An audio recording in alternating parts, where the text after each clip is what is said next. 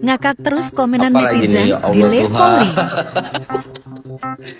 Ya Allah Tuhan, kenapa menjadi begini di sini? Komplotan Sambo. Kok bisa dibilang saya komplotan Sambo emangnya? Diketahui kalau kasus pembunuhan Brigadir J masih diselidiki tim khusus Polri. Pembunuhan Brigadir J disebut dilakukan oleh Irjen Pol Verdi Sambo. Sontak saja, kasus pembunuhan Brigadir J tersebut membuat publik geram. Bahkan membuat anggota polisi yang lain terkena getahnya, seperti yang terjadi pada seorang anggota yang sedang melakukan live Instagram. Polisi ini mendapatkan hujatan saat melakukan live Instagram oleh warganet.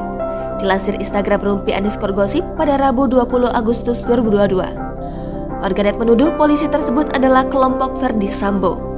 Ia heran disebut sebagai komplotan Sambo. Pria tersebut mempersilahkan siapapun menyebutnya komplotan Sambo. Komentar beragam pun menghampiri Instagram rumpi_gosip. Di Live Polri. Ya Allah Tuhan, kenapa menjadi begini di sini? Komplotan Sambo. Kok bisa dibilang saya komplotan Sambo emangnya? Dari segi apa Anda mengatakan saya komplotan? Aduh Tuhan, ya. Silakan. Yo. Ya. Jangan lupa subscribe, share, komen, dan like ya.